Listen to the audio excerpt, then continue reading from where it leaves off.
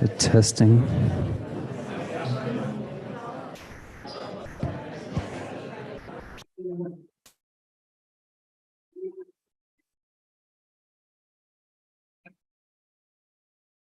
Hello. Can you guys hear me? Thank you. Dudes in the back. Well, good evening, everybody. This is so cool. So this presentation is part of a monthly series of talks that we do here at Les Bourgeois called the Big Muddy Speaker Series. And honestly, since the pandemic, since we've come back together, this is by far just the hugest gathering. And it's so cool. Yeah.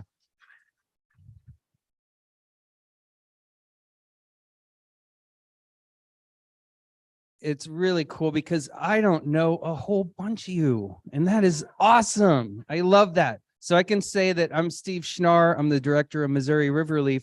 And some of you are like, oh, okay, I was wondering who you were. And that's awesome. I love that. And I'm super stoked because I know that. Did anyone here come from Springfield? Because I know there was talk of that. Yeah. Springfield climbers in the house. And how about St. Louis? Sophie, yes. And Kansas City, we got any Kansas City folks yet? Yes. All right. Yeah, that's mind blowing. And you know, I am not part of the rock climbing scene. I don't think I can do it. Never really could. But the cool thing is one of my best friends, Jim Karpowicz, has been cluing me in on how awesome this community of climbers are and how deep and far back the history and connection in this community is.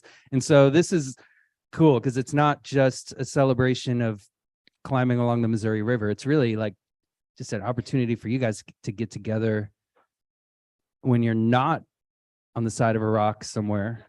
I do want to give a few thank yous to, first of all, well, I mean, Mike Jenner and Jim Karpowicz not only came to do this talk, but Mike was like, I got to bring pizza. So I don't know, Mike, all the pizza, man. Thank you. Yeah, because this place is usually a restaurant, but it's not open on Tuesdays, and that's why we can do this here. The bar's open, but thanks for seeing that we needed pizza. And I know Jim brought some food too, and I think others did too. So thanks to everyone who brought a little food to share. I also want to give a shout out to Braden. Braden's working the bar tonight. Braden is with Les Bourgeois Bistro, which is where we are tonight. And the bistro has been letting us do this speaker series for 10 years or something, totally for free. And it's an amazing pain in the butt for them, but we deeply appreciate it. And please do tip Braden's little butt off. So I'm with Missouri River Relief. We're a nonprofit based here in Columbia, Missouri. And we were actually started by Jim Karpowicz. And a word, yeah. A word of warning, if you ever do start a nonprofit, it might seem like a really great idea. You're not sure where it's going to go from there. But they might park their boats and trucks in your backyard for 20 years. It's entirely possible that could happen. And that's what we're doing to Jim to this very day. And his amazing wife, Laura, wherever she is, I know she's here too. There she is. Hello. So Missouri River Relief, we're all about connecting people to the Missouri River. And we do that through three kind of main trains. One is hosting river cleanups on the Missouri River. That's how we got started. And in the 20 years that we've been running around on the Missouri River, we've worked with over 30,000 volunteers who've picked up over 2 million pounds of trash from the Missouri River. And that keeps going. There's less than there used to be, but we're still out there working it all the time because, as you can imagine, it keeps coming, unfortunately. But that brings us to part 2 of what we do, which is education, educating people not only about like the problem of trash on the Missouri River, but the Missouri River in general. Like that's our whole goal, is to spread knowledge and experiences that connect people to the Missouri River. And then recreation is kind of our third main leg. So we host canoe kayak races on the Missouri River. And the big one is the MR 340, which is a 340-mile, 4-day race from Kansas City to St. Charles across the state. And that happens in July or August of every year. In 2023, it's going to be August 1st through 4th. We always time it around the full moon because the race goes all night long for the whole thing. So we've got to have the moon out there to be able to see what we're doing. Another big thank you to my wife, Melanie, who's working our information table back there. So if you're interested in, thank you, Mel. If you're interested in learning more about Missouri River Relief, you can pick up one of our reports or whatever. We've also got some merch that Mel's selling over there too. So if you're interested in that.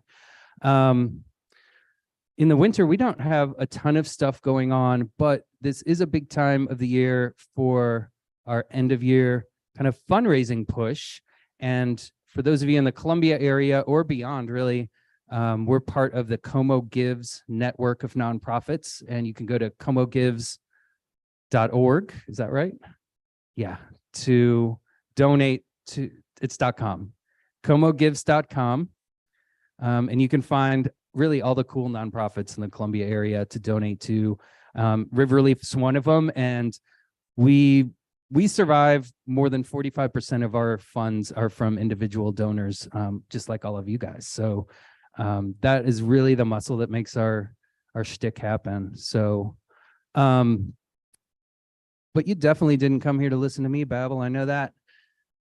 The real reason you're here is for Mike and Jim. So, you know, like I said, Jim was instrumental in starting our organization, and he continues to be like a huge help, connecting us to people that we need to meet. Because, you know, Jim, you may know him as a rock climber, but he's also an amazing conservation filmmaker and has made, and we'll see a couple of those today, at least one. Over the years, I mean, he's really done an amazing job of telling the story of conservation in the state of Missouri and all the people especially that are involved in that. So he's really done a great job just like connecting the dots for us and helping us get to where we need to be so we can do the work that we want to do. So I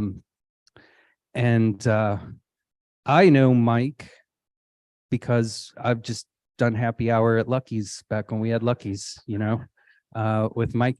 But he's a huge force in the MU journalism school as well, and the Columbia Missourian, and just a whole bunch of really international connections to journalism through the university and of course beyond.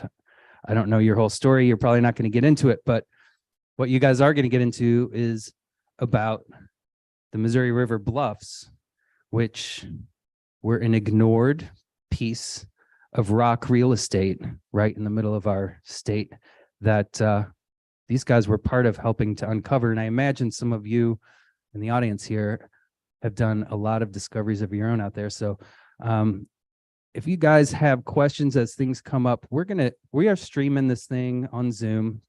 We're going to try to capture your questions. So we've got a couple wandering mics. We're going to try to run back and get your audio. But it's crowded in here, so we'll do the best we can. But I'm sure that you know these guys are pretty free flow for him. So you know if you have thoughts or questions throughout the presentation, I'm sure that's great. And come on up, guys. Thank you. Celebrities. Yeah. How fun is this? All the climbing people and all the river people. I'm getting a little feedback. Where am I gonna? So how many people here consider yourself river people? People that spend time on the river. So how many people here are climbers? Yeah, about equal, about equal. Well, here's the good news. It's all the same thing, right? You know, that river, we're up there on those bluffs and these guys are driving boats back and forth on that river. So we're all kind of rooting for the same magical landscape. So here we are together, the river people, the climbing people. It's great to see so many old friends and old faces. I started counting. I kind of stopped counting and I got to about 15 people I've climbed with over the years. Some go back as far as like more than 40 years. Eric Bader belayed me on my first lead ever. And I climbed Devil's Tower with Barb Leslie over here. And, you know, I've climbed with John Middleton and Sylvia, Dave and Will, and, you know, too many to mention. So, Tom and Carol. So anyway, it's just great to see everybody come out. So anyway, we got some great old photos and a couple old stories, and hope to entertain you a little bit with that. So, Hello, you good there? Hello? Yeah, Mike, this is for some reason cutting out. I'm going to turn it off, David. Yeah. By the way, this is Michael Gunnels, and that route is send a card, I think. It's at Providence, and it's a great shot, and it just is sort of we wanted to use that as the opening shot because it just epitomizes Boone County heaven as we describe it. Yeah. So now we're going to go back in time.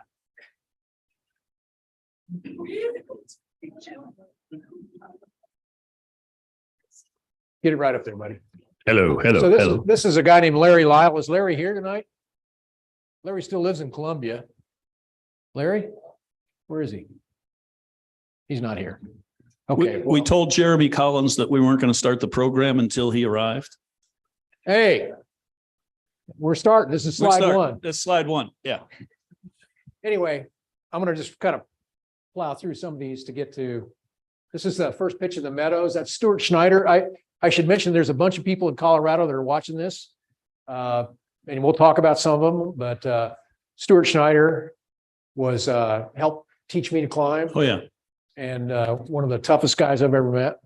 But the thing about these old pictures that we love is the gear is just so ancient. It's like gold line. And of course, there's no camming devices. This is probably even before nuts and hexcentrics. This is like Pitonville and like, you know, a bowling around your waist kind of country. Yeah. So there was climbing in Columbia before me and Mike. I know that's hard to believe because we're so ancient, but we visited with Ken Duncan. Mike did quite extensively, and he was talking about there was a climbing club here in the 70s, and they were top roping things at Capon and all the rest. So these pictures reflect that. That's the Meadows. Fantastic route. Here's a little series of a climb down at Wilton called Lie Back and Take It Easy. I think that's Charlie Oliver, who's probably watching this on his boat in the Bahamas right now.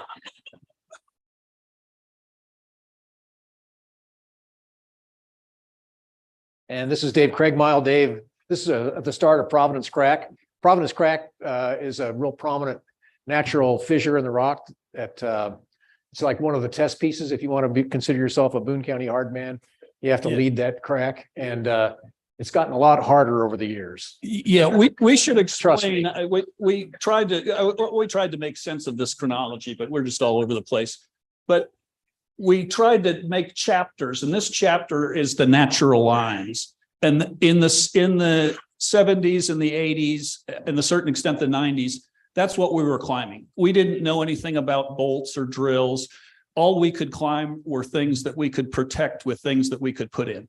So there were things like Providence Crack, Rocheport Crack, Cowabunga, and we're going to get to Rocheport Crack because that's quite significant, and it's right there. It's right underneath us. Yeah. But anyway, these are the natural lines. Actually, this isn't. This is not the natural. This is a climb we call Duncan's Bolts. It originally was somebody took some roofing nails and pounded them into the rock, and Ken came and pulled them out and put in these bolts. But at the time, you know, I mean, it was the best technology of the day, but it wasn't much better than the roofing nails. Would not have held a fall. This is a climb down at Wilton called the Sickle, and it's and we Note these RRs, man. Those are super badass. That's what everybody climbed in back in the day. Okay. Geez, switch slides. If you could just step back. Oh, step back. Okay, sorry. Yeah, and you also should notice that the rope's going straight down to the ground. I mean, there's a pin on this route, still there, I think. Little old pin. I don't know if it's still there or not. But there's not a lot of fixed gear on any of these things. Yeah, just to give you a little bit of an overview. I don't know where that is, Capon, I think. That's cable. Yeah. So we're concentrating this talk. There's lots of climbing in Missouri. Jeremy Collins did a great book, Mo Beta, on all of the climbing in Missouri, but we're concentrating on the climbing here in Boone County on what we now call the Manitou Bluffs. We never called them the Manitou Bluffs. That kind of came in with the Lewis and Clark business. We just called them the river, the crags. That's where we're going. So there's maybe three main areas, kind of starting from here. Rocheport Crack, which is underneath us, is just sort of an outlier. But then a little bit downriver, there's the Andromeda Spraying area that's fantastic and has these unbelievably great routes. Farther down from that is Providence, which is a little bit off the river, but it's up Perchy Creek. And there are several areas concentrated there. And then there's Wilton. And those three areas are sort of the heart of Boone County climbing. And it's all Burlington. The Burlington starts just right up here north of Rocheport and kind of ends past Wilton. And then it gets into some weird Jeff City Coulter rock. So what we're talking about is Andromeda, Providence, and Wilton. That's our focus today. And when Jim says Burlington, he means Burlington limestone. Yeah. It's the Burlington formation. Yeah, we put the Burl in Burlington. I think that's down in Providence. This guy's Tom Evans. Tom's a great climber from way back in the day. And I'll tell you a funny story about him in a minute. And this is Larry Lyle and Chuck Graves looking like Terrorists. Yeah. Another shot of Stuart Schneider on Andromeda. And here's Chuck Graves and that goofy outfit. I mean, people dressed like that back then. So back in the day, not so much now. I mean, now climbing has gone to this whole other level, but back in the day, there was a strong connection between mountaineering and alpinism and rock climbing. So people actually dressed in knickers. I mean, like to be cool like a mountaineer, even though we were doing these little crags in Missouri. You know? So we don't bother with the knickers anymore. Although there is a shot of Mike in some really spectacular Lycra coming up. Stay tuned for that. So I can't remember the name of the guy that's playing here, but this is a really funny photo to me. I mean, it's kind of scary, but he's belaying somebody. Don't do this. He's using gold line, which is an old kind of rope that's kind of a twisted rope. It's not like the Kern Mantle ropes that we use today. And he's doesn't have a belay device. It's going through a carabiner on his harness. And his harness is actually a piece of webbing that he's wrapped around his legs and his waist and tied. And then it goes up and over his shoulder and back down his back. And he's hoping to catch a fall if the climber who is climbing peels off the rock. And Ken told me a funny story the other night about when he had first started climbing, he went out and talked his dad into belaying him. And this was the method they used.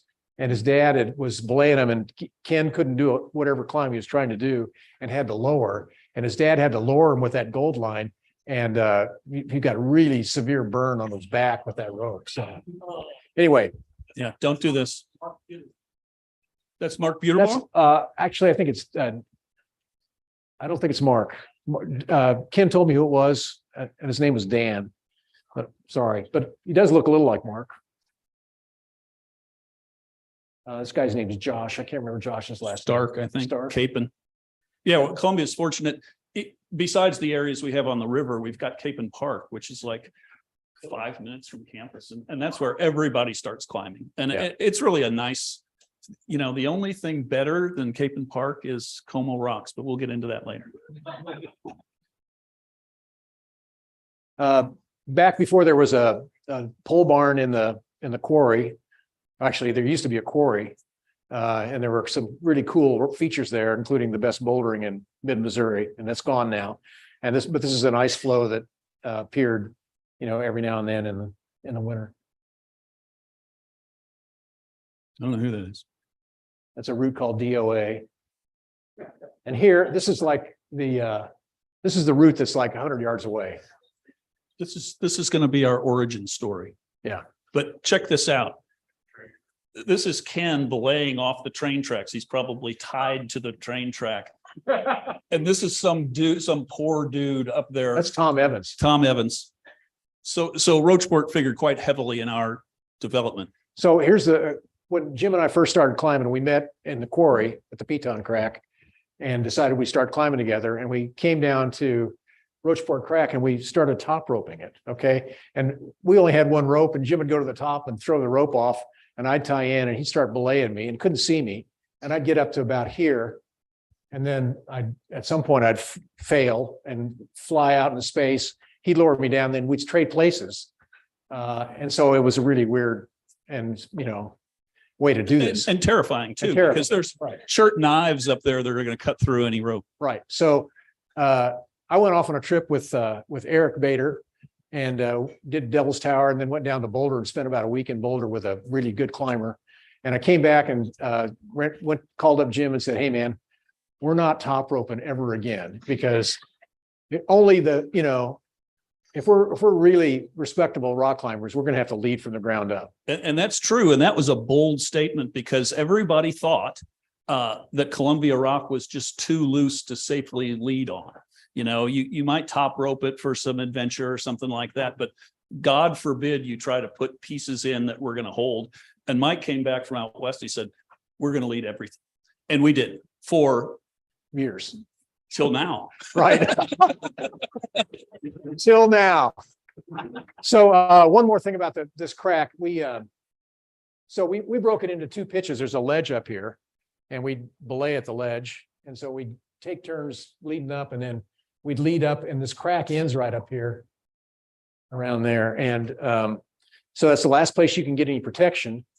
And then we couldn't figure out how to get past that. And then once we finally did get past it, it was just sheer terror because there's no more gear. It's loose rock all the way to the top, another 25 feet to go. And then at the very, very top, there's this little roof. And so the first time we did it, we had no gear above that end of that crack.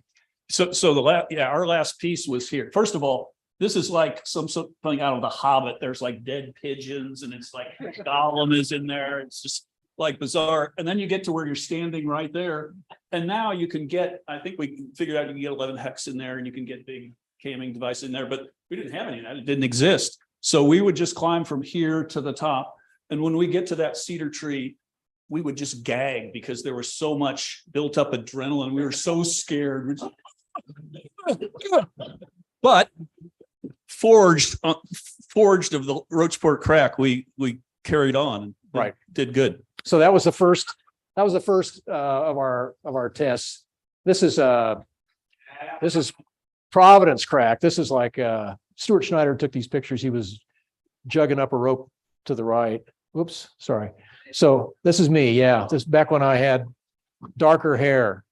Magnum PI mustache too, I might add. And there is one camming device on this rack right here, but the rest of these are all like, hexes or stoppers on slings. This is another one right here. There's two cruxes. There's one down low, then there's one up here.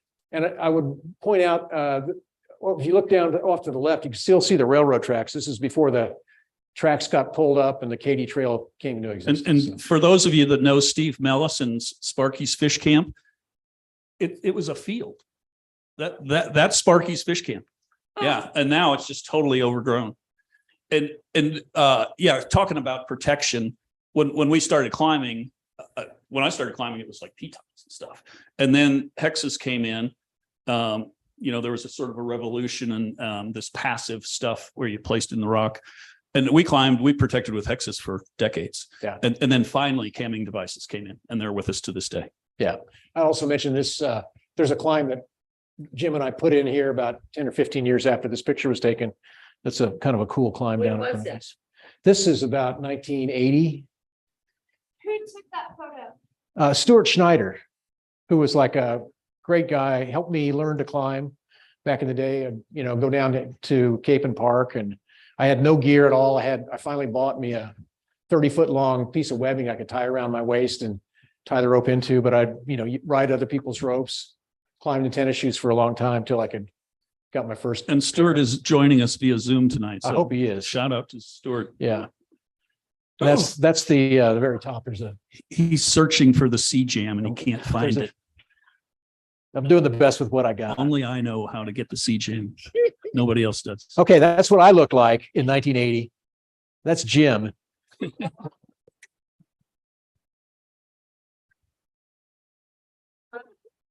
All right. channeling Steve Schnarr there. One more of the natural lines that we used to do. This is a kind of a heinous slot in the rock called Cowabunga Crack. And it's as scary now as it was then. Another note about these natural lines, no one does them these days. Yeah. They're just like forgotten. They're Right. like ancient history. Okay, so the next chapter in this story is kind of involves a guy named Ken Duncan, who now is he's actually a retired orthopedic surgeon, lives in Fort Collins, who started climbing when he was in junior high. He told me the story. He was sick one week. He was had a really bad cold, and his mom went to the library and brought home a bunch of books about climbing, and he just like devoured them. And he said, my mom resented that from that moment on, she hated herself for bringing those books home, because Ken became, just like some of us, it became his lifestyle. Right. And even though he, had this med school and a really challenging career, had to do a residency in Lubbock, Texas, where there's absolutely no rocks. He never, lost sight of the fact that he was a climber, and he really raised the standards here. But unlike us, Ken was really, really, really good. Yeah. Like he had an amazing natural ability. And I think that this is probably true, that Ken was climbing 512s, which is, we could explain all that, but I'll just let it drift by you. Before that grade existed. I truly believe he did.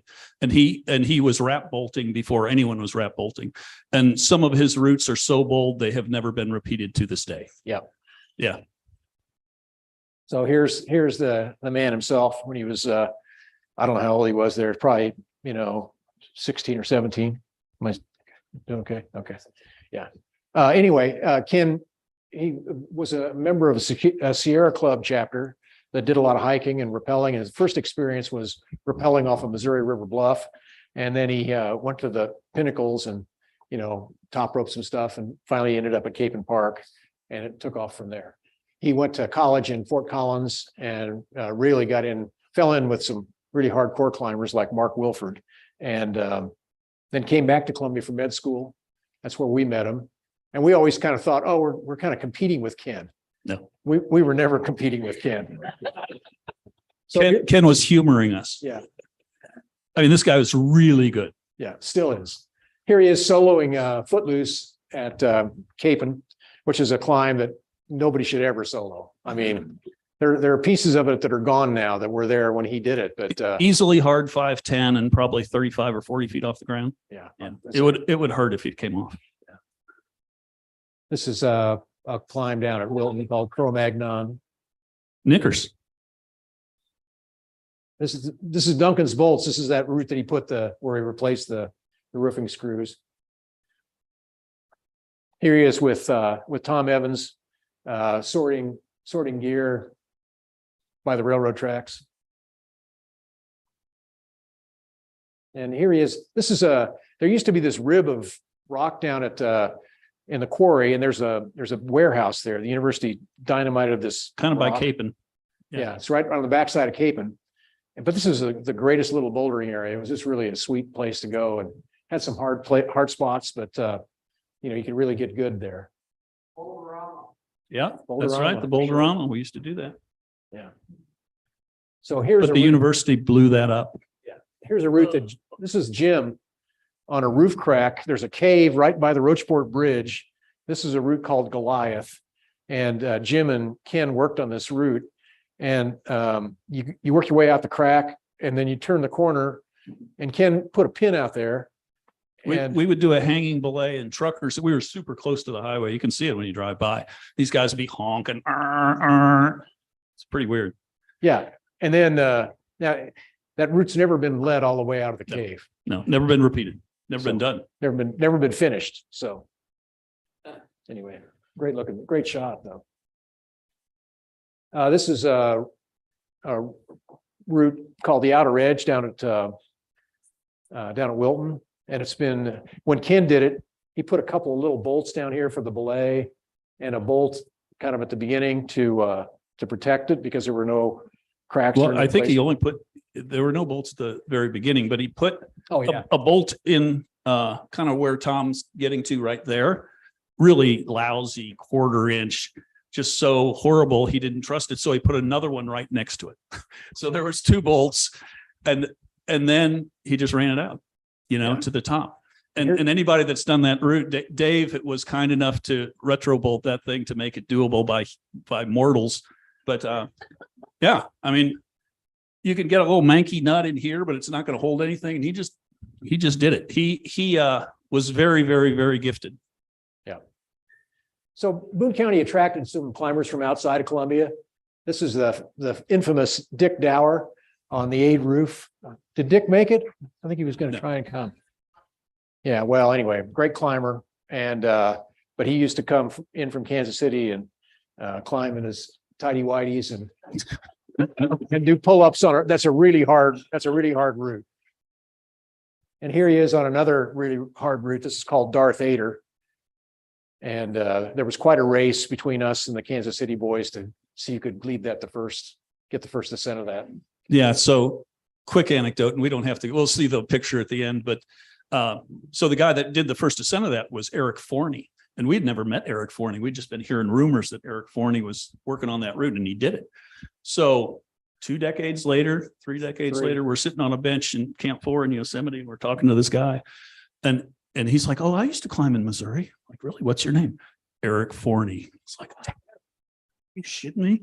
So, I mean, it was a friendly competition. It wasn't weird. So we were excited to see him and said, "Oh my gosh, we will see you tomorrow. We're going to go climb the Sentinel. And then we'll be back in the Mountain Room Bar tomorrow night. So come visit with us." That had a happy ending. Yeah, put a pin in that. We'll get back to that story. This is the last route that Duncan did. This is called Duncan's Farewell, and I don't think it's ever been repeated. No. Anyway. Yeah, that's a tree. Yeah, look at this is the protection of the day. I mean, he would have that would have ripped out. Yeah, absolutely. Well, he wasn't going to fall. That was psychological. And this is Ken with his current climbing partner, a woman named Lynn Hill, who was the first person to free climb the nose of El Capitan. So she's like at the time, was the best climber in the world. Yeah, there is no more climbing royalty than this right here. Yeah, that's pretty much. That's it. Well, and us. Well, here's some climbing royalty. This is some climbing royalty. This is Jim on one of the routes we did in that era. This is a climb called I can't believe it's a girdle. It's a girdle traverse that starts right by the Rocheport Bridge and goes out 8 pitches. Yeah, just right over here. And up until Jeremy did an 8-pitch route, it was the longest route in Missouri. I think. Huh? Yours is longer? Okay. Of course. So anyway, that's Jim on one of the pitches, and that's me belaying him when I needed a haircut. And back in the day, we did have a guidebook. This was the guidebook. Thanks to Charlie Oliver. I hope you're watching this, Charlie. Thank you for the guidebook. There's another climb that we haven't shown you pictures of that we'll show you an Andrew Burr photo. That's Jim climbing a route called Andromeda. It's a natural line. It's a beautiful climb. It's probably it is the best route in Missouri, yeah. Right? Show of hands. Best route in Missouri? Yeah. Yeah. Without question. Jim was a dad in the 90s. This is Kyle. I think Kyle's here. I had to throw this in because my son, stand up, Kyle. Kyle's at the bar. Yeah. But you can see he's got his climbing shoes on there. Yeah. I just throw the kid in the bushes and go off and boulder. Kyle came along and so did years of therapy that he's been working on that. And here's the other humorous photo that Jim was mentioning. He actually wore those. Yeah, he wore those. It's true. A lot in the 90s. That was Mike. All right. So the next chapter is the arrival of bolts and hard sport climbs. Drills. Yeah. but I think we're showing a Oh, yeah, video. we're gonna right? show a video now. Let's see if it works. Yeah, climbing in the Midwest was a huge surprise to me. I had never heard about it. And when I first moved down to Missouri, I was just like, crap, there's no climbing around there. I thought it was just going to be flat.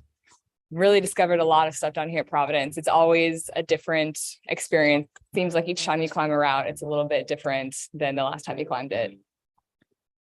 So I was very excited to find that there were hundreds of routes within a 20-minute drive of where I lived. It was awesome. Yeah. The nice undercutting. I'm still right not under the sure. roof. Yeah, I'm still not sure about that beta on the Reach list. as far left as you can get. Yeah. And next time Syndicard got a name because the gentleman who said it did so as a birthday gift for his wife. And he came home and said, oh, I set a route for you for your birthday. And as your gift, you get to name it. And her response was, well, next time just send a card.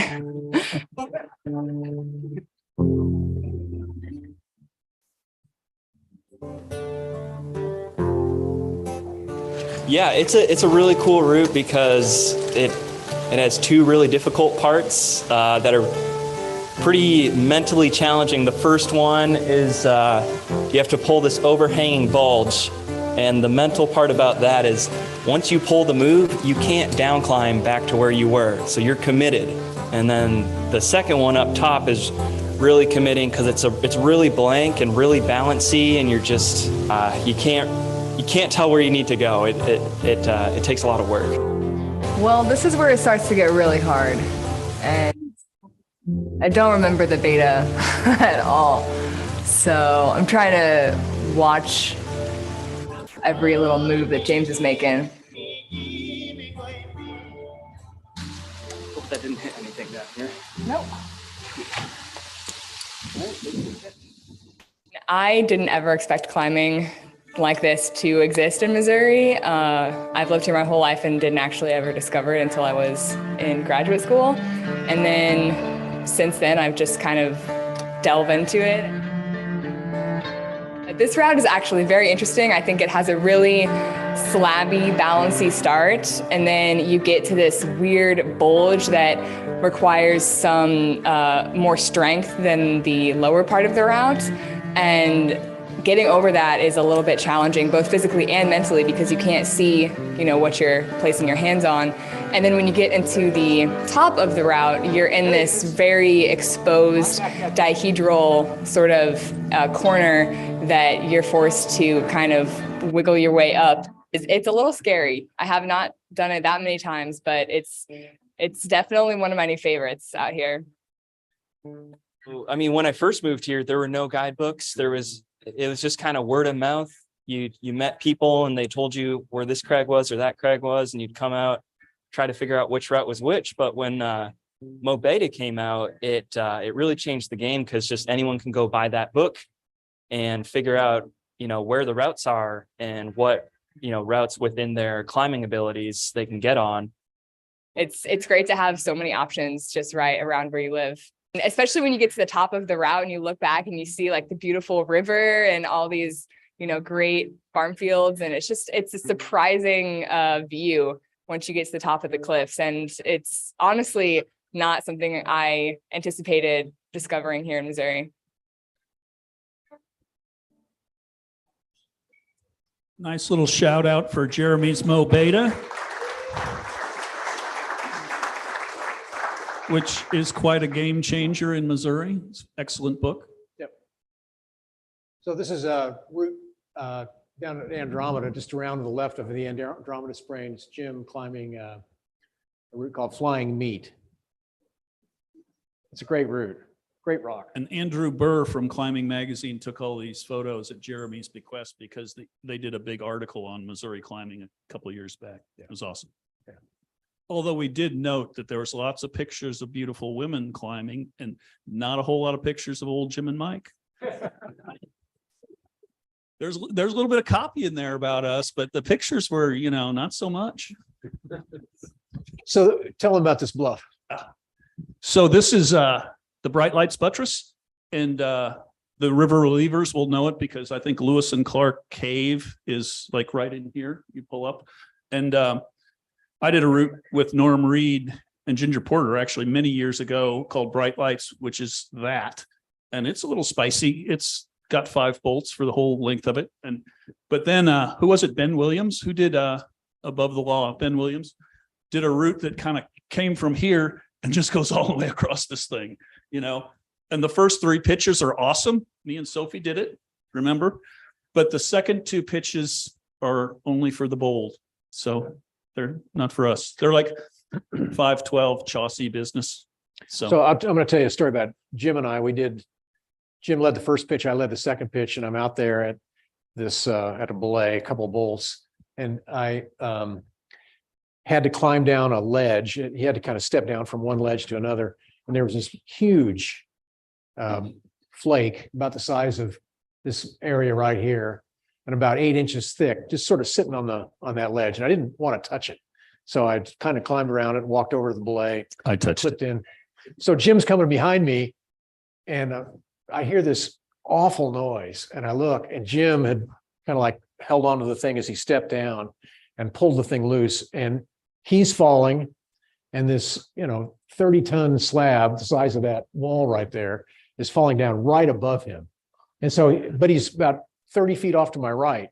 So I've got him locked off and he's falling and this thing is just going to crush him to death. All I can see is gray. And as he goes down, the rope pulls tight and he swings over to the left out of the way. And that death slab just goes right past him and crashes on the ground, makes another awful noise. Of course, Jim bounced along the cliff a little bit, got a little road rash, but survived. So yeah, there's a little bit of adventure in Missouri with some of the rock. Still some adventure. This is Jeremy Collins climbing Prohibition. Yep. This is a really cool route down at great route, mixed, a couple of bolts. Yeah. But you still have to be able to put in protection. Yeah. And you still got to climb above it. And here's Jeremy on a Dave McGee problem called Simple Math. This is in an area we call McGee Land, which because Dave McGee put in some awesome routes down there. We'll talk more about Dave McGee in a minute, but it's a great area. And that's a great climb. And here's Jim on Andromeda. Just random Andromeda pictures. Best climb in Missouri. Here's Jim on Above the Law. This is kind of as he's starting the first pitch. I didn't get a shot of him coming off. And this is this might be Jeremy and Dakota Walls on Above the Law. On Above the Law, yeah. But that's into those. I think that's into the 4th and 5th pitch, which are gnarly. Yep. And Jim topping out. Jim at an area near Providence. We call it New Providence. Some people call it South Providence. South. It's really just down the creek from the main. We got to give a little props to Marcus Floyd because he developed this area, and there's a couple of good routes down there, and Marcus has done like Turtlehead and Game Changer, which are actually bona fide good routes. So props to him. Okay, so for a while we debated whether or not we should call this chapter the modern era or the McGee era. After this guy here who,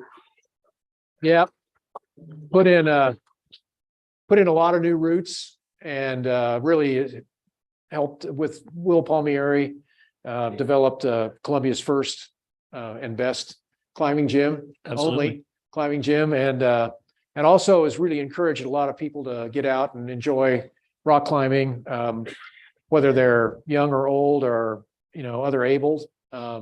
Really made a big impact on this place. So here's Dave and Jordan Horner on the at the base of Rocheport Crack.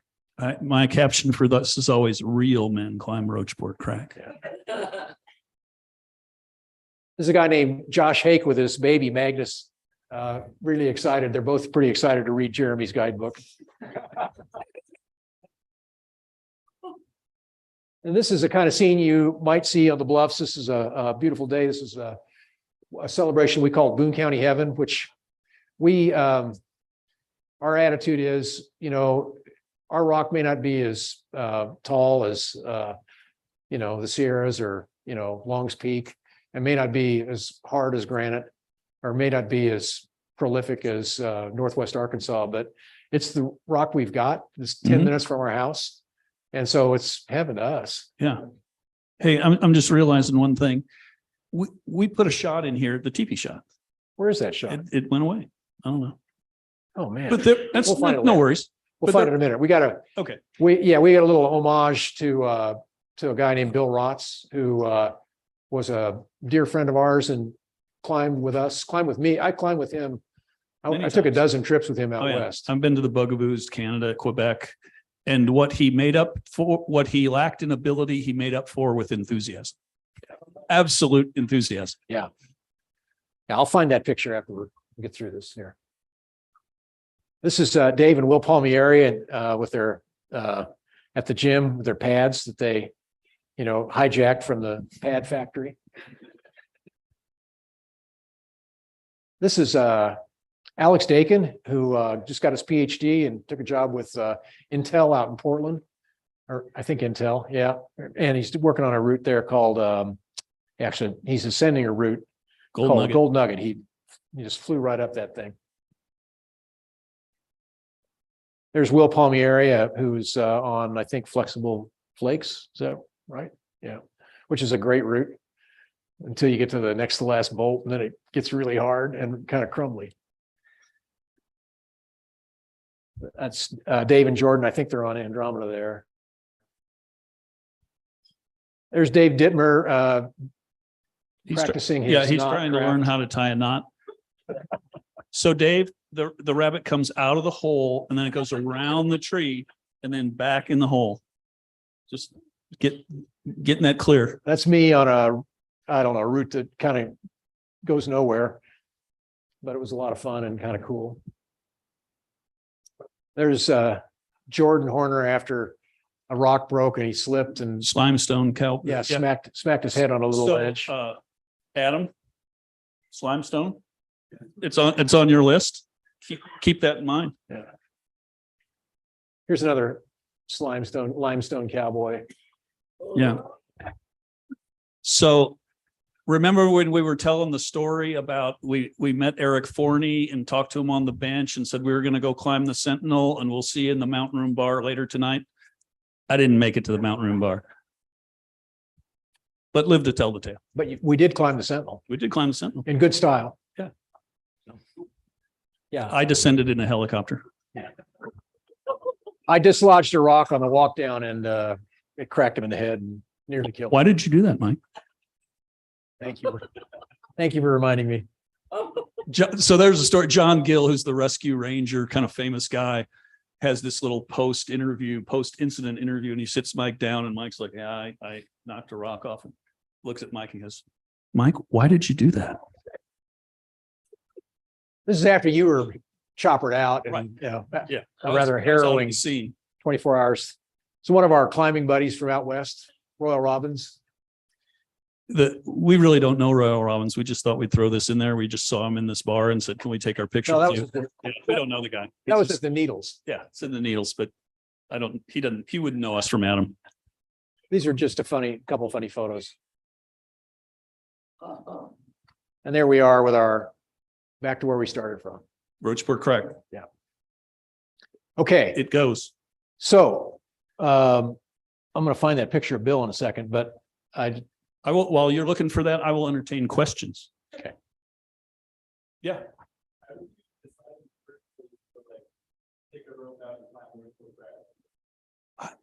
Well, Roachport Crack was always kind of on our list, but we were top roping it, which was pretty scary in itself. And that was all Mike. Mike went out west and, he tasted that Western rock and like real climbing and came back and said, "That's what we're doing. We're not top roping anymore." So and to this day, we kind of still have adhered to that ethic, although we'll top rope things that are too hard for us once in a while, just messing around, but we still try to lead everything ground up. Yes. Questions when they ask if they're not on mic, would you? Sure. The question was, Why did we decide to climb Roachport Crack? It was the hardest thing we could find. Because it's there. That's a George Lee Mallory thing, right? We thought, Because it's we there. thought it was something that we needed to climb to be considered, true climbers. We were a lot younger then. Other questions? So testing. Yeah. Oh, Huh? I have a microphone for anybody who has questions. Wait, Jeremy has a question. Oh. Give him the microphone. So the microphone is for the people on Zoom because otherwise they can't hear. right. Jim, I'm back there. Oh, gosh. You're really far away. So it's kind of two-part. Andromeda Spring was the first route in Andromeda. Is that right? Oh, Yeah, yeah, I think so. I'm sure. So when you were up there, which I love those pictures, were you guys looking to your left and looking to your right, imagining what that crag could be? Or were you thinking only natural lines that we could do ground up and you couldn't fully see Oh, the scope of what it could be yet? we had that is such an easy question to answer. We had no clue. We had no vision. We had the things in our pack, which were hexes at the time, and only things that where you could put hexes in was where the climbing could be. There could be no climbing where there weren't hex places to put things. We didn't know about drills. We didn't know about bolts. That all came in a little bit later, and we kind of had developed a little bit of a ground up ethic. That was our thing. And at the time, there was stuff going on nationally that we were reading about in the magazines where, John Backer was chopping bolts in Joshua Tree, and there was this big debate, and in Smith Rocks they were putting a bunch of bolts on rappel. So that was all sort of happening in the world, but we didn't know anything about it. We didn't have a drill. Yeah.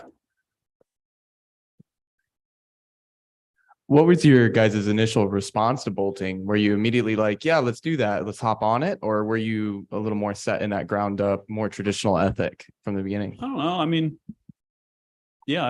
We just did what we knew how to do. I must admit we weren't visionaries, and we didn't put up a whole heck of a lot of new routes. We just did routes that were there, Well, yeah, if you go down to McGee Land, there's a crack there called the Batters. And of course, Yeah. we did the first ascent of that crack.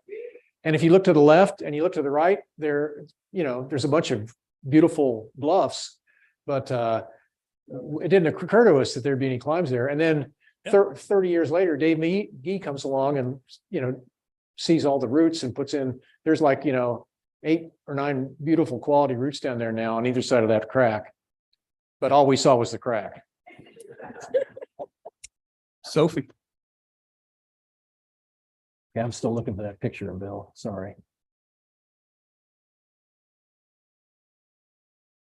So when you were developing, when you started to do those cracks, like let's say you're at the bottom of that cliff and you see a crack, you don't see the top of the crack and you decide, oh, sure, we're going to climb that.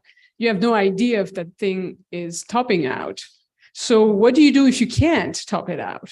You With your exes and you can bail, Well, yeah, but that's my question. How do Clay you Frisbee, bail? one of his early Sam's Throne guides, wrote a little homage to me. He's like, Jim taught me so much about how to back off climbs. He did. He really did. It's in there. We were good at it. But the other thing is around here. You're not climbing up now. Modern day sport routes are equipped with bolts, and you go up, and there's a 2-bolt anchor that have chains, and you clip into that and you lower off. But we knew that there were trees on top of every cliff. We knew sometimes you can't reach the tree. Well, that was the issue with Roachport. Roachport was like terrifying. We were out of, we were just climbing on loose chalks for 30 feet, trying desperately to reach the tree. So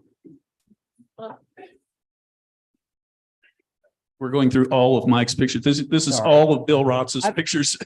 I've got 1,000 pictures of Bill here. Yeah, so we'll just follow up with a Bill Rotz show that's going to happen here.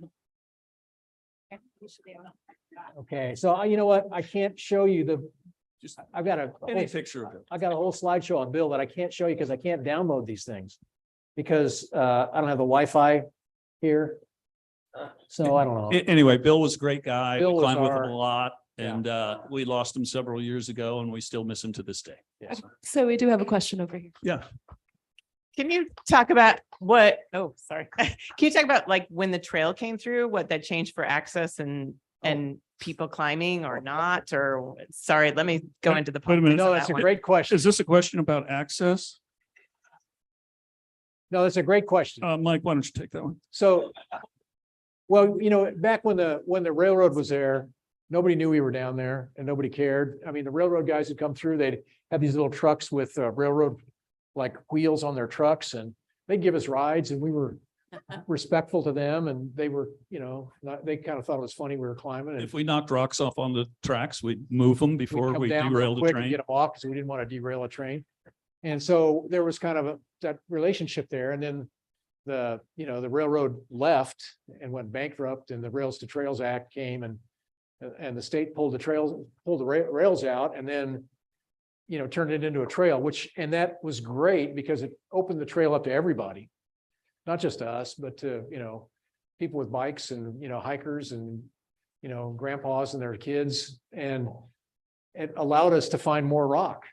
Well, And if you're talking about when the trail first came in, there is a amusing anecdote.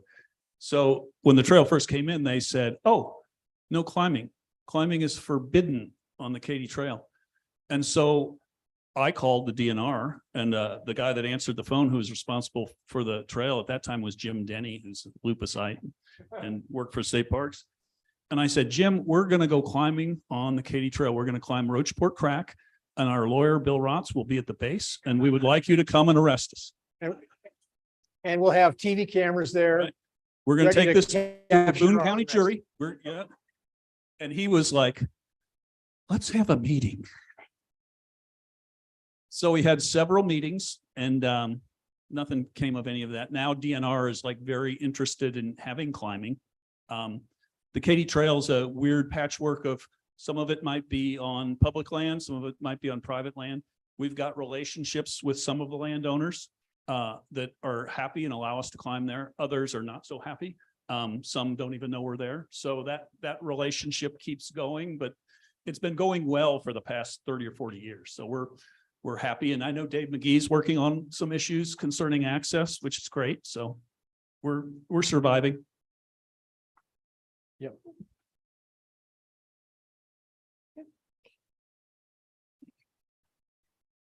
So in the summer, do you climb in the heat of summer in Missouri on the bluffs? Well, we do, but it's brutal. And, you know, until we had a gym, it was, we now have a gym called Como Rocks, which is a air conditioned. It's actually has these holes in the ceiling with these pipes, and you can stand under them, and there's big blowers that blow air conditioning on you. But yeah, we climbed in the summer, and in fact, the best time to climb is right now. I mean, not a day like today, but if it's 40 degrees and the sun's out, all those bluffs are facing the sun. And so it's really warm enough to go climbing. If you get down into the 30s, there's no sun, then your fingers, you can't feel your fingers after a while, like after you pull them out of your pockets. And it's not as much fun, but you can have a great day if it's 40 degrees out and sunny. In the summertime though, it gets really hot and sweaty, and there's, you know, mosquitoes. And one time me and Mike went up to Cowabunga, which is just south of here, and it was like bugs were bad on the trail, and we said, well, maybe when we get up off the trail, the breeze will keep going. We got to the base of the climb, and it was just like we were just getting swarmed. It was just terrible. We actually ran for our lives.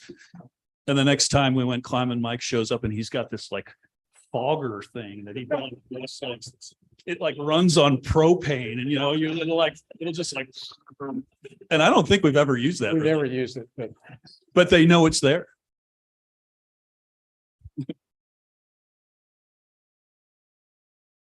any others? Yeah. If there are any other questions. Yeah. Oh, yeah. Well, I don't know. There's a lot of river people.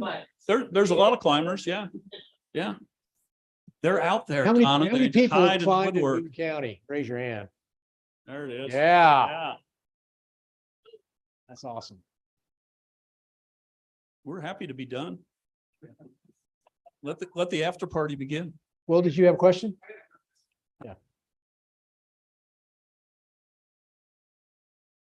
All right, so I got to ask, I'll start with a question and then a quick anecdote. Why Boone County? And both of you, since I've lived here for 11 years, nobody has climbed on this rock more than you two. Since I've lived here, every time I've gone out, I run into one of you, whether it's both or one of you out there climbing. No one has touched that rock more than either one of you in the last 11 years that I've lived here. Jim, you have established some of the hardest routes in Arkansas. Like leading in your time, the hardest routes still to this day. If anyone in here dares to follow his climbing tick list in Arkansas, I'd love to see it. And then Mike, I mean, from your time out in Yosemite, out in California, and then still out in Connecticut when you were climbing in the gunks, climbing some of the hardest roof cracks, still to this day ever established in the gunks. Anyone in this room ever try to follow some of those routes as well?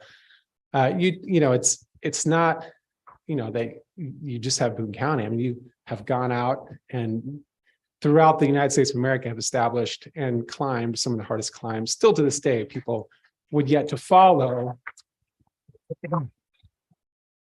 Well, thank you for those kudos, Will. But the why Boone trick, County? the trick is to stay in the game. It's not hard to have climbed things when you were young. That was easy. This part's getting harder to keep climbing. But why Boone County? Well, I don't know. We live here. We both lived here and we were lucky, got lucky that we had such good rock or, opportunities to climb here. And I learned to climb here and bumped into Jim and we hit it off. And then we kind of lived apart for actually most of our lives. We haven't lived in the same town until I moved back 12 years ago. But we would always kind of stay in touch and we'd always have a list, every climber in here's got a list, I think, of like, here's what I'm going to do this someday. And we'd say, hey, let's meet up in let's go do the diamond or let's go do Scenic cruise. cruise. We flew into Denver airport, rented a car, drove the Black Canyon to Gunnison, went down, climbed Scenic Cruise and left like the next day. I mean, it was like a weekend. Okay, see ya. We'd be there for a day or two. Oh, well, I've lived here multiple times. And so I guess I got to know Bill about 40 years ago and climbed with him then. And then I moved back about 10 years later and lived here for a year or so. But Bill and I took multiple trips to Colorado and to Utah, and we went to Canada a couple times. So I did, and you went to Peru with him and John Middleton.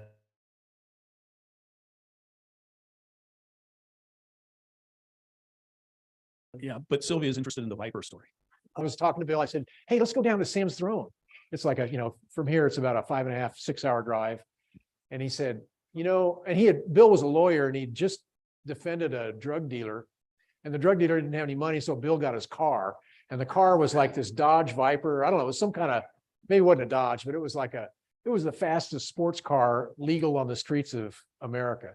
And he said, I've got that Viper. We could probably be in Boulder at the same amount of time that we could be down at Mount Judy. So I said, okay, that sounds cool. So at Friday night, he gets off work at 5 o'clock and I'm sitting there at his office waiting for him. We get in the car and he says, I got to make one stop. We stop at Boone County Bank. He goes in, comes out, and he's got this envelope and he says, put that in the glove box. And I look and it's just all these $100 bills. I said, what is that? He goes, that's bond money. I put it in the glove box and we hit the road and he's driving 120 miles an hour on the highway. And he let me drive and encouraged me to drive for a little bit. I mean, this car, you could drive at 120 miles an hour and it didn't feel like you're going that fast. It just was made to go fast. But I was too scared to go 120. He was not. And we made it to, we set the land speed record going to Boulder. And we got there, I think about 7 hours. And then we got there and, it started snowing and we couldn't do what we wanted to do. And so we drove back in 8 hours.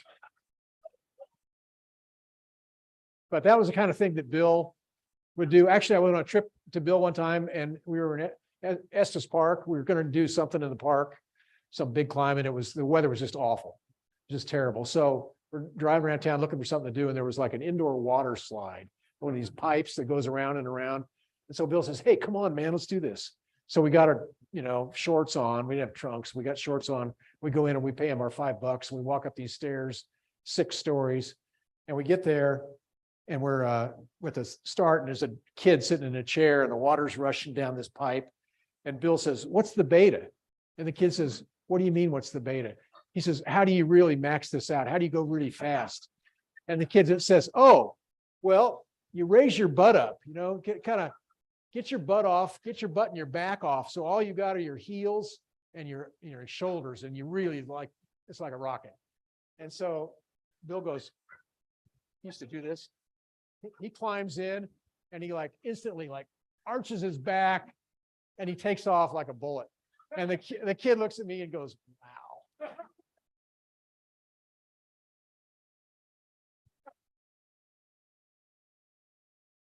So here's one other story about Bill. Bill was he was so gung ho. He was always ready to go, but he was really bad at route finding. Terrible. And we'd be out. One time I went on a climb with him and the great Jim Metz of Longmont, Colorado. And Jim, also a Boone County boy, and Bill, we were all in different places then, but we met up and went up into Canada, and we're in the Bugaboos, and we're climbing Snowpatch Spire. And there's this route, there's this corner that goes up, just a brilliant granite dihedral. And it's just so obvious where the route goes. And Bill goes, yeah, I think we go up that little seam right there and follow that until it ends. And then we go, it was just like this ridiculous non-route. Every time. You'd be walking along the base of the bluff and here'd be this trumped out place with bits of chalk and some pieces of tape and this route that's all polished and stuff. And Bill would be like, that's not it. Well, we're making fun of him, but he was a great friend, and a great friend to climbers and to the Missouri River. So, yeah. Well, you guys, yeah. Yay for River Relief, by the way. They're kind of good guys. I know them well. So I'm so sad. This has never happened to me, but the chat on Zoom was disabled, and luckily somebody texted me and let me know, and I was able to find out how to enable it. That never happened to me before. So chats are starting to come in now. But there's a couple. Yeah, I think, yeah. Well, bring it. First of all, Pete Canfield he claims that Jim Karpowicz is the Steve Jobs of climbing. I don't know what that means, but it's the glasses and the black turtleneck. I'm working that, I knew that. I got that. Hayden Edwards is asking, I feel like this is kind of a loaded question, but who's Marcus Floyd? Oh, he's a local guy, climbs here. Yeah. Okay. This one's from Elka Boyd, and she says that the city of Columbia owns the rock quarry on Creasy Springs Road. It's mined out and is going to go to the Parks Department in about 2 years. Would it be realistic to establish a climbing op there, perhaps a private business operator? That is a Dave Dittmer question.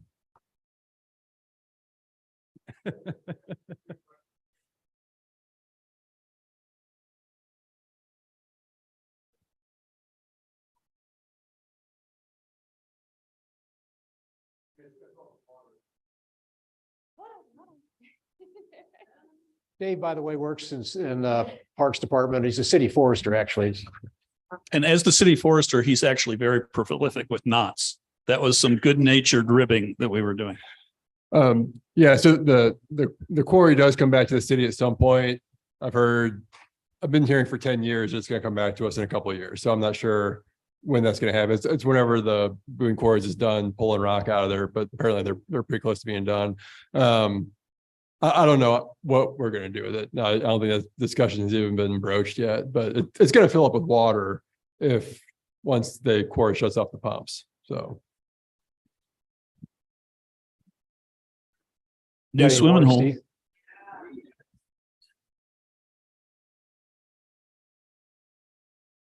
Well, there's more. They're mostly shout outs. Thank you. Well, we're excited to hear from Ken Duncan, Stuart Schneider, or Charlie Oliver. Those are like the trinity of Missouri climbing. Here's Stuart. Hey, Stuart. Stuart says, and I don't know if this is the Stuart, but this is Stuart. And he's just enjoying your presentation immensely. So, Jerry Kegel, shout out to Jim from the old Pueblo. Jordan Horner. Good. Jordan. Hey, Jordan. Says, yes, so great to hear Mike, Jim, and everyone else in the room. For reals. Jordan was the guy that had his head all split open on Limestone Cowboy there. A great climber and a great guy. He's working out at Bishop now as a rescue ranger, I think. Oh, wow. So Alex Dakin, shout out to two awesome people. Thanks to Riverly for putting it on. And FYI, first slide is Mike Gunnels on the route return to sender. Yeah. Ken D, nice job. Elka says she can't hear. Now she can. And Stuart says, hi. Yep, it's me. You two are awesome. And Jim Armour says that Bill's car was a stealth. And I don't know where he's going with that, but stealth. Stealth. Right. Yeah. That's right. Thanks, Jim. Hey, thank you guys. I think we're done, Yeah, right? by the way, Jim's dad, Tom, we also climb with. We climbed a lot with Tom, and we climb Robin with Robin. is here. Hey, Robin. Good to see you. All right.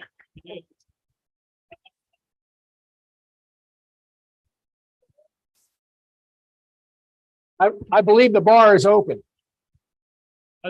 I believe the bar is open, and I don't think that we're in any big hurry. So. The after party has begun. One last comment. Yes. These two guys are amazing. They've been in the game for 40 plus years. I met Jim in 1972 here. I just want to say one thing. If you learn to climb in Boone County, and it's pretty obvious from their lecture, you can go anywhere in the world and you can get her done. So this is John Middleton from Springfield. Excellent climber, was there at the very beginning. So the first time I met John, I'm in the Heidelberg, and it's just about to close. Me and Pat Curry are in there, we're drunk. And John Middleton walks in with Bill Rotz, and they're going to grab a 6-pack or a couple 6-packs. And we're like, what are you guys doing? They're like, we're going in Devil's Icebox. It's like 1 a.m. We're going in Devil's Icebox. You want to come? So of course we said yes. They had 2 wetsuits. So we split the tops and the bottoms. The guys that had the tops were better than the guys that had the bottoms. But we didn't come out of there until dawn. And that was actually the first time I met Bill too, I think. Yeah. So anyway, thank you guys. we got, okay. And, I just wanted to give a huge thanks to you guys for pulling this together. And also to thank our sound dude, David Owens. Yeah, David.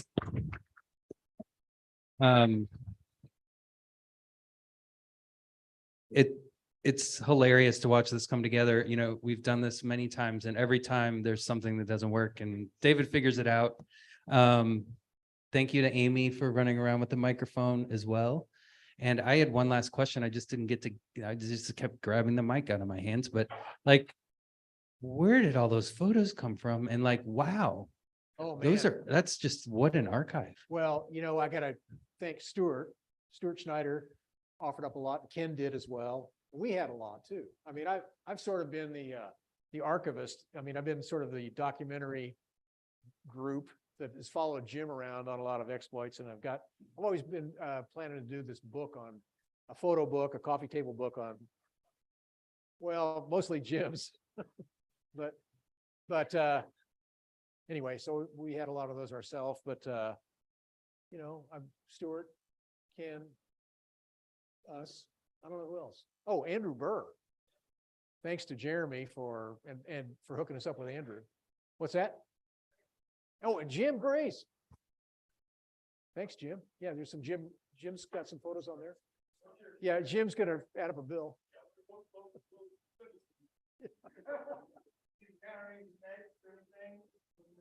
I've encountered a lot of snakes, but it's all out west. Although there's a famous story of Bill was leading the second pitch of Andromeda. And all of us, you're supposed to yell rock if you knock a rock loose, and he hollers snake, and a big old black snake comes flying down. And then about 3 minutes later, another snake comes down. But most of the nature that we have to worry about here that's kind of troublesome is birds. It's pigeons. And I mean, they aren't going to attack you, but they'll scare you when you're not wanting to be scared. And then geese. Geese can be a problem. Yeah. Big Canada geese, they're huge. It's like right here.